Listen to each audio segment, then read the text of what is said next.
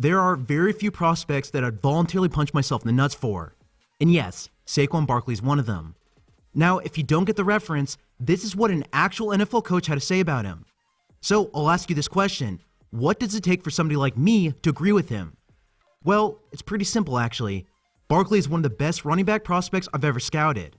His ability to set up his cuts and his running style makes him the complete package as a prospect.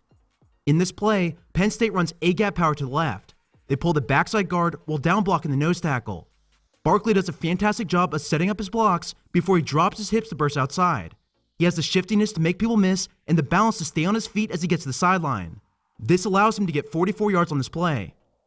This April, Barkley will be one of the most sought-after prospects in this draft. I think there's a good chance he'll get picked by the Browns at number 4 or by another team that trades up. He could also go as early as number 2 if the Giants don't take a quarterback.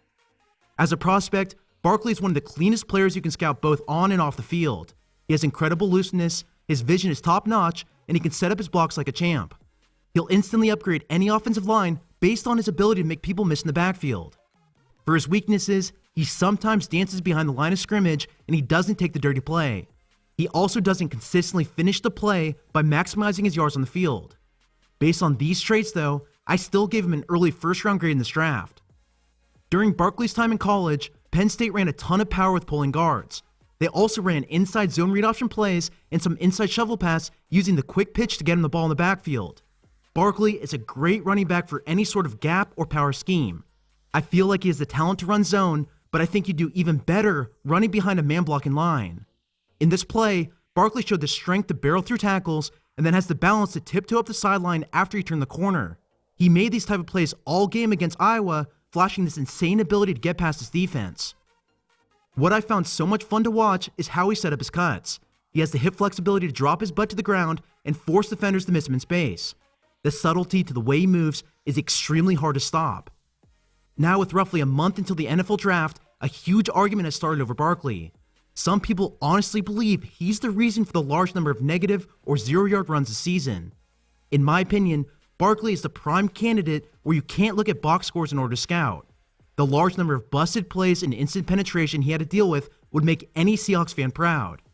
If you watch this play, you could easily make the argument that Barkley should have been tackled for at least a 2-yard loss.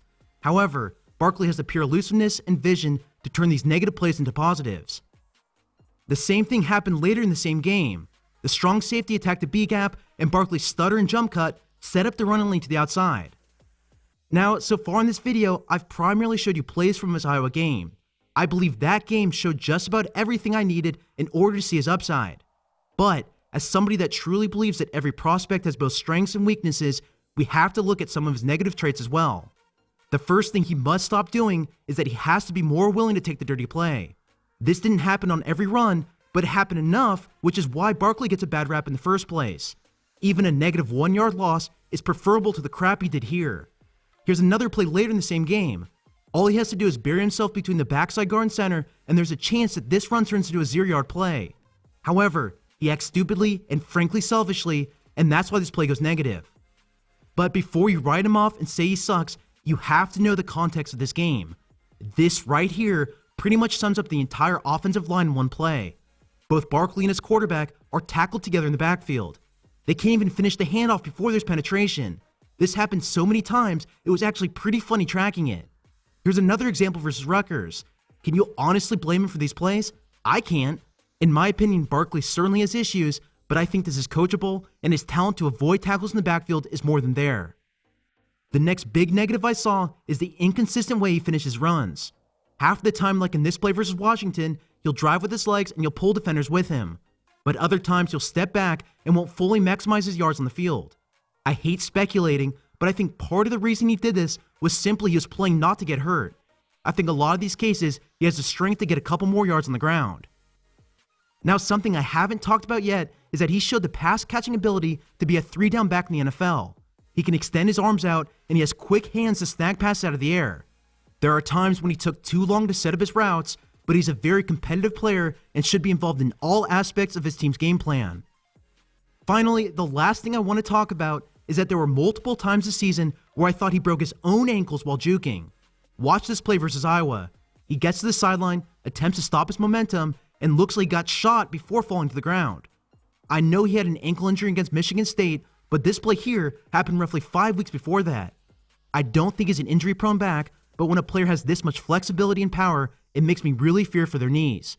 Again, I'm not raising a red flag, and I'm not saying he should be avoided, but it's something that I saw in a few different games. Moving on, and for his pro comparison, I've seen a lot of different names thrown out.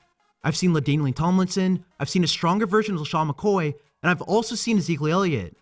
For me, I see him more as a David Johnson type of running back. Both these players were combine warriors, and they both have elite 3-down capabilities in the pros. In my opinion, Barkley is the better prospect, but it's their overall skill sets that make these players great. Well, that's all I have for you. If you enjoyed this breakdown, go ahead and subscribe to my channel. On my Patreon account, I'll continue updating my big board, so if you want access to that, go ahead and click on the link below. Thanks for watching, and you can follow me on Twitter at SamuelRGold as well.